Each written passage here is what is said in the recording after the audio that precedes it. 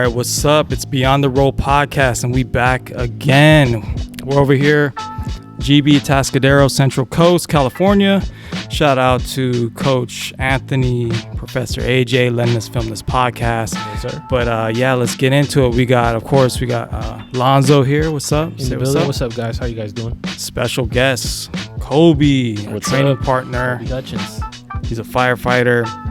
You know, I'm happy. He's a competitor. He did the BJJ World Tour with us. And yeah, we're here, man. Thanks for joining us on the pod. Yeah, no problem. Thanks for having me. Yeah, so let's start from the beginning, man. Like, how did you get into jiu-jitsu, and like, why did you join? Well, I used to live over in Paso Robles, and they used to have a GB Paso Robles over there, and got into it with Professor Garrett there for a little bit. And then I ended up having my first kid and kind of moved back to Santa Margarita, so it was a little bit too far of a commute for me, so I had to kind of give it up that time. But the main reason is I wrestled all through high school, and I just wanted something to keep me in shape for my job, for my family. And so how I got back into here is I was on Facebook, and I saw a little deal pop up, GB Atascadero, and I was like, oh, dude, hell yeah. You know, like Evan was in here. Mm-hmm. So Evan and I actually, he was like right there getting ready to be a blue belt whenever I was a GB Paso Robles. What year is this? This is 2018 into 19. Okay.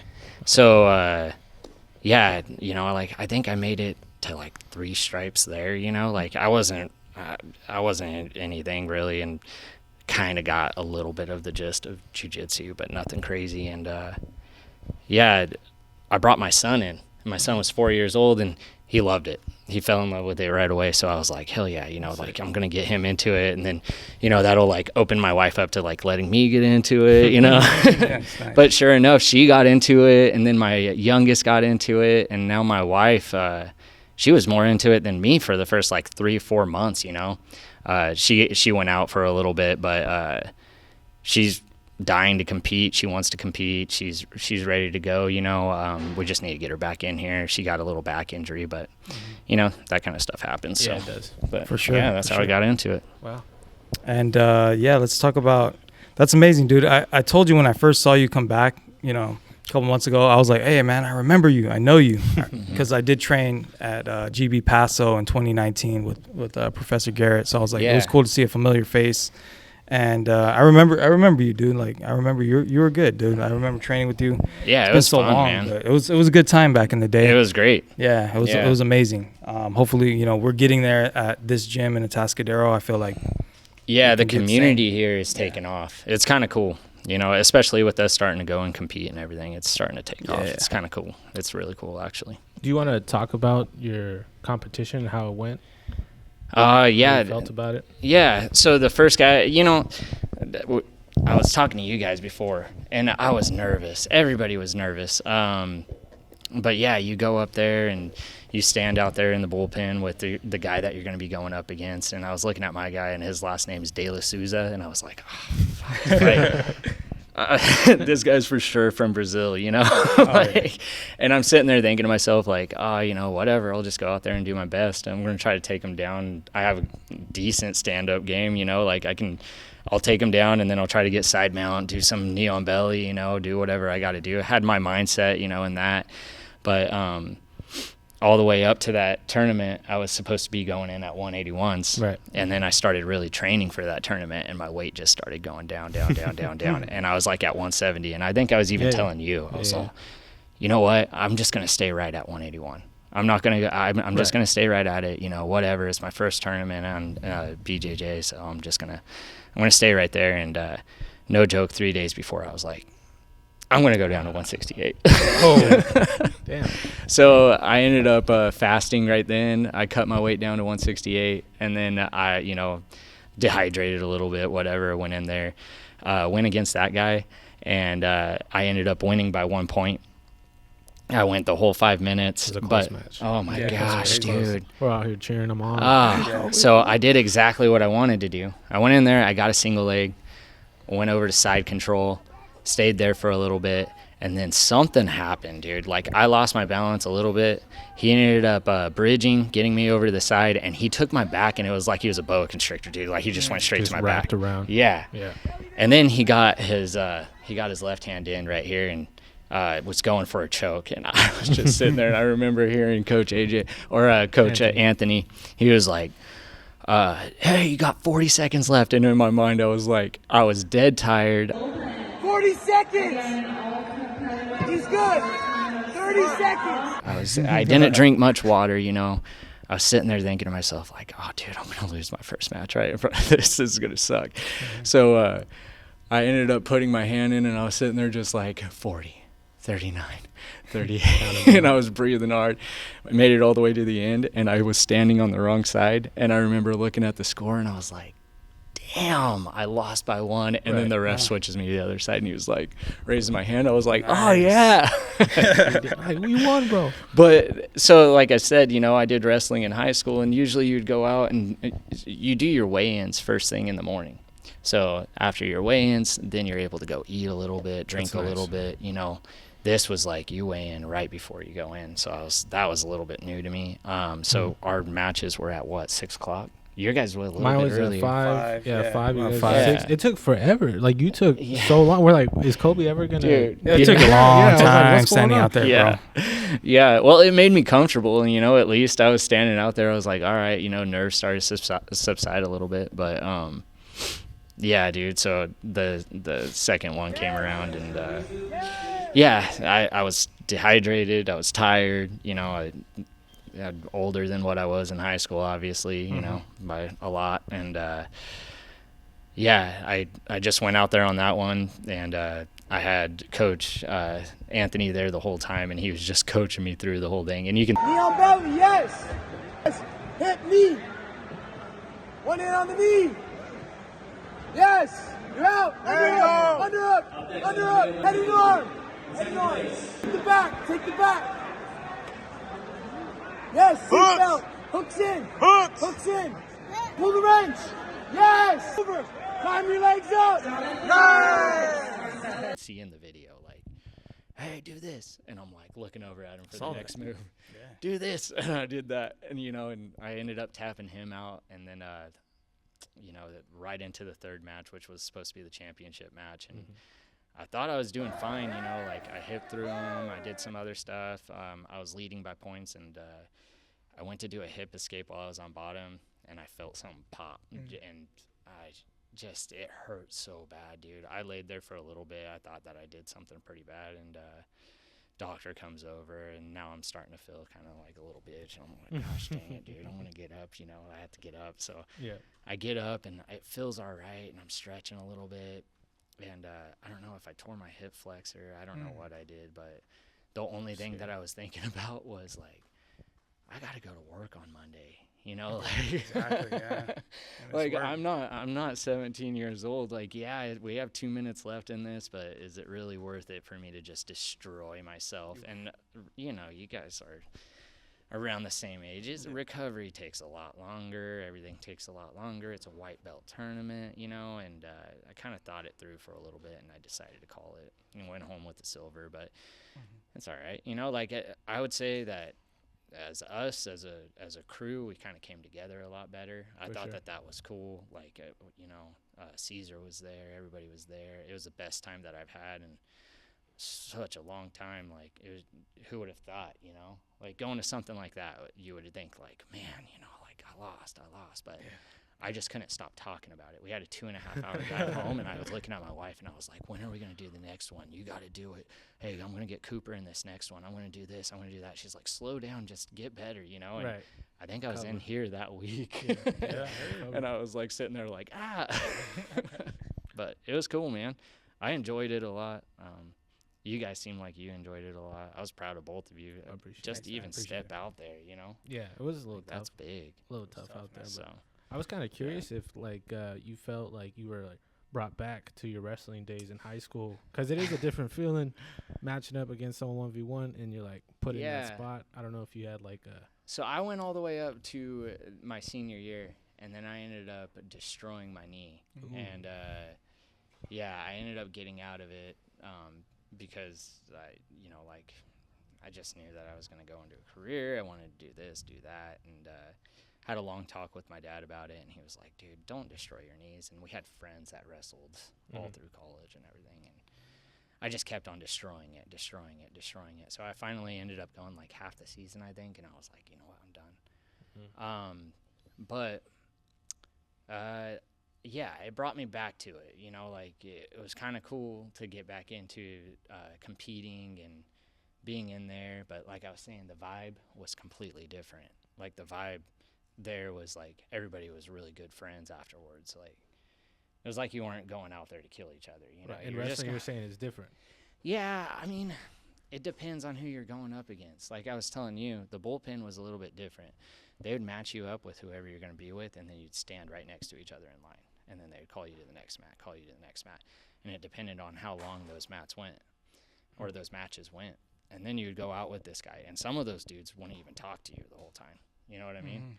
Where in jiu-jitsu, we're all a little bit older, and we're all going in there, and we know that we're going to have fun, So, like, the guy that I was going against in my second match, he was like, hey, man. Was like, I see that you have your son over there too. I have my kids up there, I'm just hoping, and I was like, yeah, yeah, I know. And then even the guy that I went against in our championship round, we were talking to each other at the end, and it was like nothing happened. Like he was even like, dude, it doesn't matter to me. I just wanted to get into it because my daughter gets anxiety, and wow. Interesting. So I just wanted to be here for her and blah blah blah. And I was like, I'm same boat, My son's 5 years old. He just turned 5, and this is his first tournament. And I just wanted him to know that I was there with him. Like I know the nerves that you're feeling. I've been there before. I just want you to go out there and do well. And he went out there and he did fine. He was happy to be there. Yeah, like awesome. Yeah, he was just like, I think if I have some videos of him, and he's just smiling the whole time. Like he didn't care if he won or lost or whatever, but it was cool, man. And it's cool because now it seems like a lot of other kids are starting to get into it in the gym, and that's the point of it, is the camaraderie and like coming together and being a crew, and just knowing that you have people who have your back, and it's cool. Yeah, I felt the same way.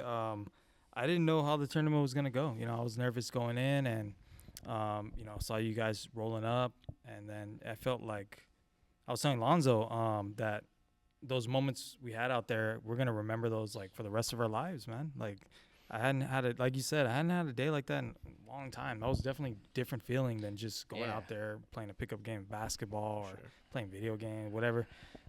It was definitely a big moment of my life. I know it's kind of like crazy to say that, but it was something, that changed that day. Even though I lost both my matches, I want to get back out there, and it's just like that feeling I haven't had that kind of feeling. It was a lot of emotions and stuff, and I do feel like it brought us together more as a team, the camaraderie. I feel like we have definitely like grown since then. Yeah.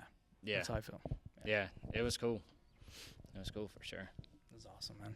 Talking about, your wrestling ending your senior year, and then you said you were trying to focus on your career. How did you end up finding your career? I got straight out of high school, and I kind of had this notion, like I'm going to go be a firefighter. And so I went and I joined a hand crew, and I was telling the guys, or I was telling you the other day that I was like, I went in there and I thought that I was going to be like, oh yeah, I'm going to go into structure fires right at like 18 years old. They're going to give me the turnouts, Put me out like there. the big O jackets and the structure helmet and all that stuff. And I'm going to have the breathing apparatus. And they threw me on a hand crew, and I went out there, dude. They gave me like a 45-pound pack, and they're like, hey, we're going to go hike. It's our first day. We're going to go hike. And I was like, cool, like I've been on hikes. And I was thinking it was going to be some like nature walk, dude, and we just go straight up. And I was like, oh my gosh, like, dude, I don't think I can do this. And I ended up doing it for a few more years, and ended up getting hired full time. And at that time I was just I was a seasonal, and so it was cool, man. Like I worked 9 months out of the year. I had 3 months off, and then so I would work all summer long, and then the 3 months off I would go and do whatever, either go find a different job that was part-time, or go and travel, do whatever I could do.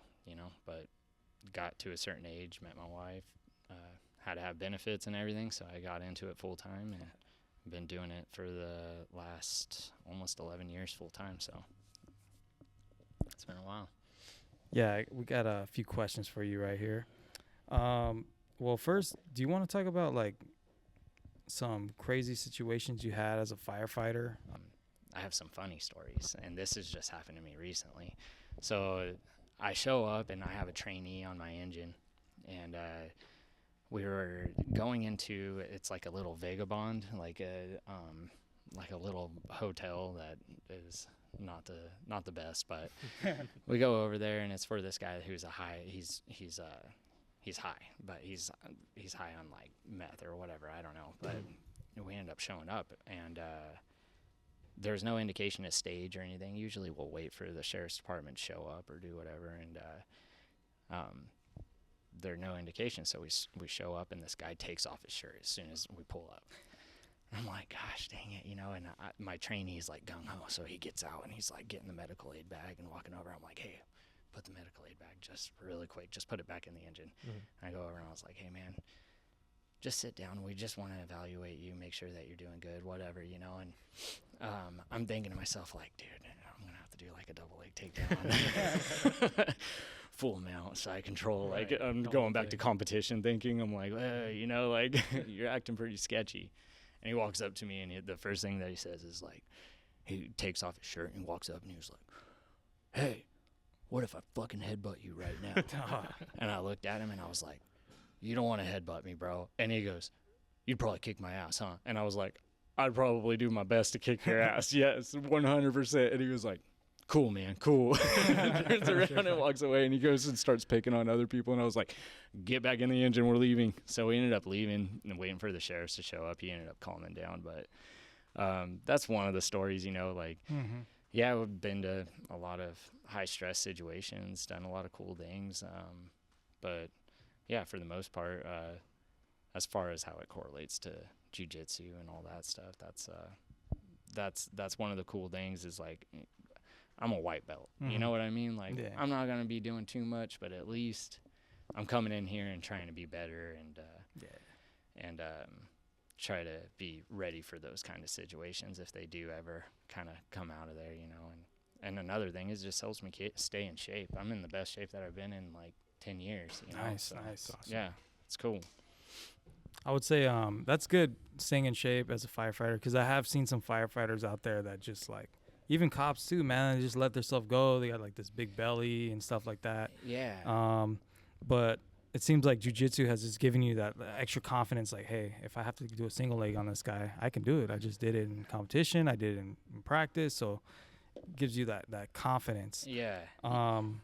So like with jiu-jitsu, like, how do you like maintain, like, how do you stay in shape, like, after jiu-jitsu and after firefighting? It's like so many things going on, like your workouts. That's what I'm trying to get out. Like, what are your workouts like? How often do you work out, and what type of workouts do you do? I try to work out every day. I do something every single day. And, like, this is completely different, than what I do at home. And sometimes I'll try to get them to be the same, as far as, like, high aerobic or anaerobic, or high intensity training. But for the most part, like, now I've shifted a lot of what I do at my house and at work to go along with jiu-jitsu. So jiu-jitsu is like, you do these little spurts of super high energy, and then you kind of rest for a little bit, and then another spurt. And, that's like a lot of high intensity anaerobic training that you have to do consistently on your body just to make it a little bit, adaptive to what you're going to be going into. So that's kind of what I do. I try to stay in the best shape that I possibly can for my crew at work, and also for, the guys here, like, I want to go up there and do a good job, or go wherever we go and do a good job. But yeah, that's what I kind of do at home, is a lot of bag throws, a lot of assault bike, Tabata on the assault bike. That sucks. Nice. Sucks. Usually so if it bad. sucks, it's pretty good. Oh, dude. It's so horrible, but I'm getting a little bit better at those. So, but then at the same time, you have to keep your strength up. Yeah. And that's a whole different style of training. You know, you can't be fasting and keeping your strength at the same level as whatever it was. You can't be cutting weight down to whatever and then try to be like, oh yeah, but I'm going to stay at that same strength, you know, because you're still losing muscle. Yeah. So, have you changed your diet since you've been training? I know you've been losing, fluctuating weight. Right? Yeah, a ton. So I quit drinking. I don't drink. I've gone 9 months now. No drinking at all. I kind of gave it to myself like, oh, I just want to do a year, you know? Mm-hmm. And I ended up just saying, after the first 6 months, I was like, I don't really do you feel the difference? Do it anymore. A ton. Like energy level went way up. Mindset went way up. Feel a lot better as far as finding enjoyment and stuff that, you know, like before it'd be like, oh yeah, you know, like whatever. But like now I get super hyped up. Like I get super hyped up to go fishing. I get super hyped up to go work out, you know. There's a lot of different stuff that it's done for me. So, but yeah, it's been really good. So, and I did that because of jiu-jitsu. So right. You were saying earlier, we were kind of talking outside. You said that jiu-jitsu has like some therapeutic effects. I know you're talking about your body, but how have you noticed a difference like mentally? I know like jiu-jitsu is a very strategy-based sport. Like you're thinking, you're responding, trying to be reactive. Has that translated to like your work as well, or your relationships? Like just noticing like the strategy involved and thinking ahead and having that like solid mindset, right? Yeah. Yeah, my wife and I were just talking about this the other day too. Yeah, dude, like everybody gets wrapped up in that rat race, you know, like you have 2 kids, you have a mortgage that you're trying to take care of, all this different stuff. And a lot of people get away from that by going out and having, you know, a couple of drinks or whatever. Yeah. For us now, it's jiu-jitsu. We come in here, dude, and everything like freaking goes poof, and we don't worry about anything. Like there's nothing to worry about. You're just worrying about not getting choked out. You know what I mean? Think about anything else. Like you're worrying about, man, you know, maybe I should do this arm bar this way, or like, am I doing this S mount the right way, or, you know, like, am I doing this, you know? And then you talk about it, and that's what a lot of our conversations has gone to, you know. And so like for me at least, as far as how it's changed my life, it's changed my marriage, it's changed the way that I go to work and deal with situations, you know, because now it's a lot of like, you're trying to find submissions in a lot of different ways, you know, like, no, that makes sense. And this is a lot of technique in here, right? Mm-hmm. So we just do a lot of technique over and over and over and over. And I mean, that can 100% correlate straight into firefighting. Whether that's like pulling ceiling in a structure, you know, there's a certain way that you do it, and you're not going to exhaust yourself, which makes you have a little bit more air into your tank, you know, like which makes you a better person, which makes, you know, like a better leader. So that's kind of what I've gotten out of it a little bit, as far as the therapeutic side and how it's kind of helped me in that way. Yeah, because there's a lot of like-minded people. Once you start going to the gym, you start talking about De La Riva, Kimura. It's like we're all like jiu-jitsu nerds about it, and we're all very passionate about like trying. And everybody has like a small little tiny tweak, you know, like little tiny thing that you're like, oh, dude, I didn't do it that way, you know, like like I love rolling with Roy. Because he just like, he'll say something like, hey, maybe do it just like this way. And you're like, oh, I didn't even think about that, you know? Like, right. But it's funny. And it just goes on because we recently had a black belt come from Long Island. He was showing us a few things. It's like, dude, this guy seems like he's more excited than a person who just started. Like he's a black belt and still super enthusiastic about sharing technique. Oh, you got to do this. And just like, meeting these people who train, they're very experienced in many other fields, not only just jiu-jitsu. It could relate to your work, your career, and I've noticed that as well. Just with my other relationships, like trying to better myself, like it's like a whole community of everybody just trying to like improve, and it's awesome. Yeah, it's super cool, man. It's really cool, and it's hard to explain it. You know what I mean? Yeah. Like it's hard to explain like how it helps you in that way, but. Whatever, it does. Yeah, I'm just listening to Kobe. It's awesome because I actually been sober since February. I remember I went to a UFC fight with my bro. We drank a beer. And after that, I was like, damn, every time I watch UFC or every time I watch sports, or I was like, oh, I have to drink a beer. Or I get home, I have to drink tall can. Like, yeah. And it's just like, I don't know why. And then like like I got out of that mindset and I was like, you know what, like I'm tired of getting controlled by everything. And then jiu-jitsu like helped me like just basically stop drinking, become sober. And then same thing with my wife, kind of like joined along, and we haven't been drinking. I was like, damn, like why do we need a drink? Like why? Like, why do I need this to feel happy or take my stress away? Like that's why? cool that you said that because of it. So your wife, she followed suit, right? She just like, she's like, isn't yeah, that you're crazy? Right. Yeah, like so you start doing something and then somebody else just starts like seeing what the effects it has on you and stuff. Like my family, super huge into it. Like we can't go do something without having a few. And my dad was like, hey, are you still not? And I was like, we would always meet up, you know, and it wasn't anything crazy. It wasn't like people were getting crazy with it or anything like that. But my dad was like, hey, are you still not? And I said, yeah, I'm still not doing it anymore. And he was like, good for you, man. Good for you. You know? And I was like, nice, cool. You know, like that's kind of a good thing to hear. And so, yeah, dude, it's been pretty cool. And, you know, like my wife slowed down. She doesn't hardly drink at all anymore. And it's been really like a healthy lifestyle change at home. So, but I don't know how, like for me, it wasn't like there was which everybody always asks, like, whoa, what happened? Yeah, what happened? What happened? You know? But isn't it funny? It's like the only drug that we're like, it's accepted. It's It's almost, it's better that you do it rather than not do it. Like, if you don't do it, then there's something wrong. Something's wrong with you. You're not social. Like, you know what I mean? And you're like, no, just stop. I found that out too. Like, I was like, damn, I can still be social without alcohol. Like, I used to think like, oh, I need a drink to open up and start talking to everybody. And it's been great, man. It's just, I feel like I'm influencing a lot of people, like my brother. Yeah. Like I've had, you know, I didn't have like an alcoholic problem, but no, I did notice every Friday I got to go buy a pack of Modelo's. You know what I mean? Like, it was just automatic. It was weird. I hate being in that cycle, and I feel like I finally broke free. My mind's clear. I sleep so good, losing weight, and it's awesome not to be dependent on that. You know what I mean? Like, and it makes your game better. It's way better. Yeah. It makes your mindset better, makes your game better, makes everything better. It's pretty cool. Now my problem is caffeine. I always have I still have a huge caffeine problem. Yeah, I was drinking coffee on the way here. Same. I always have like a tea or something. Yeah, rock in the morning, but caffeine. Starbucks. Eating me up. Yep. But get a good espresso machine. You're good, man. Right. You know what I mean? Exactly. But we're getting close. I think we're gonna have to get ready for training. I guess it just that time flew by. Yeah, dude. It was good. It was awesome, man. Just getting to know you better and hearing your side of jiu-jitsu was awesome, man. Thanks for coming on, man. No problem. Thanks for having me. And guys, like this is what you guys do in here and everything with this podcast. That's pretty cool. I mean, it takes a lot to do this kind of stuff. Oh yeah, so it does, man. Yeah, that's cool.